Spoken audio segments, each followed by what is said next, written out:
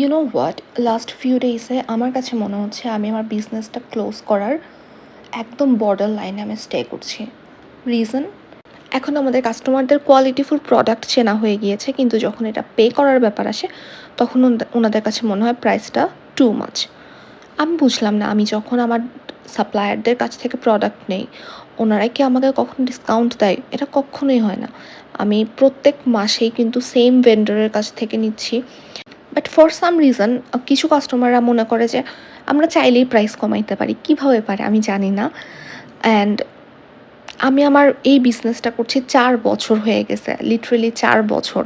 4 বছর যদি আমি একটা কোম্পানিতে সময় দিতাম, আমার 4 বছরে একটা পার্মানেন্ট জব থাকতো, আমার আহ, আমার ইনক্রিমেন্ট হতো স্যালারিতে। অ্যান্ড আমার যে 4টা বছর আমি যে কোম্পানিতে দিয়েছি, আমি আমার ওই এক্সপিরিয়েন্সটার জন্য আমি আরও বেটার কিছু অপরচুনিটিস আমি অ্যাভেল করতে পারতাম।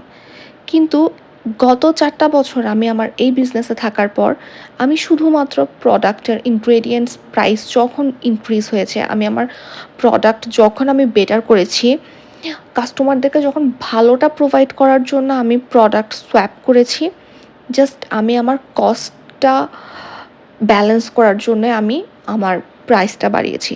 না আমি আমার স্কিল, না আমি আমার টাইম অ্যান্ড এফোর্টের জন্য কোনো ন্যায্য প্রাইসটা পাচ্ছি। অ্যান্ড যদি কখনো আমি আমার কাস্টমারদের থেকে চেয়েও থাকি, বেয়ারলি কাস্টমাররা এটাতে অ্যাগ্রি করেন যে আচ্ছা ঠিক আছে, এটা যেহেতু কাজটা যেহেতু একটু ডিটেইলড, কাজে যেহেতু সময় লাগবে, তাহলে আমি ওভাবে পে করি। খুব কমই কাস্টমার আছেন যারা এই জিনিসটা বুঝতে চান। অ্যান্ড রাইট নাও আমি একটা দ্বিধাদ্বন্দ্বের মধ্যে এসে পড়েছি যে আমার আসলেই কী করা উচিত। যে আমি কি আমার প্রোডাক্টের কোয়ালিটি কি ধরে রাখবো এভাবে, কিংবা আমি কি বেটার করব, নাকি আমি আমার প্রোডাক্ট যেটা আমি প্রোভাইড করছি আমি এটার জন্য একটা ফেয়ার প্রাইস আমি আপনাদের কাছ থেকে চাইবো।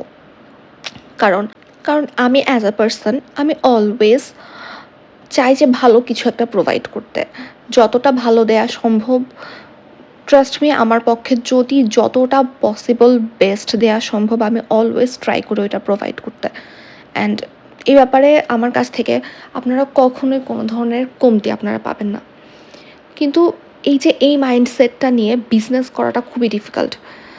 অ্যান্ড অনেস্টলি আমার যেটা সবথেকে বেশি খারাপ লাগে যে আমার প্রত্যেকটা কেক, আমার ব্রাউনিজ অ্যান্ড আমার সব ধরনের ডেজার্টের পেছনে আমার অনেক অনেক এক্সপেরিমেন্ট, আমার অনেক পরিশ্রম যায়। তারপর কি আমি জিনিসটা আপনাদের কাছে প্রেজেন্ট করি, অ্যান্ড পিপল বেয়ারলি এটাকে রেকগনাইজ করে, পিপল বেয়ারলি এটার জন্য প্রাইস দিতে চায়। So if you genuinely love homemade food, you have to support the people behind it. You have to help them to sustain in this economy. Because without that support, আমার মতো small বিজনেসগুলো কখনোই survive করতে পারবে না। আমি এই ধরনের ব্যাপারে ক্যামেরার সামনে কথা বলাটা একদমই স্বাচ্ছন্দ্য বোধ করি না, but I thought this is high time যে আমাদের উচিত এটা নিয়ে কথা বলা। সো আজকের ভিডিওটা এতটুকুই। ভালো থাকবেন সবাই। আল্লাহ হাফেজ।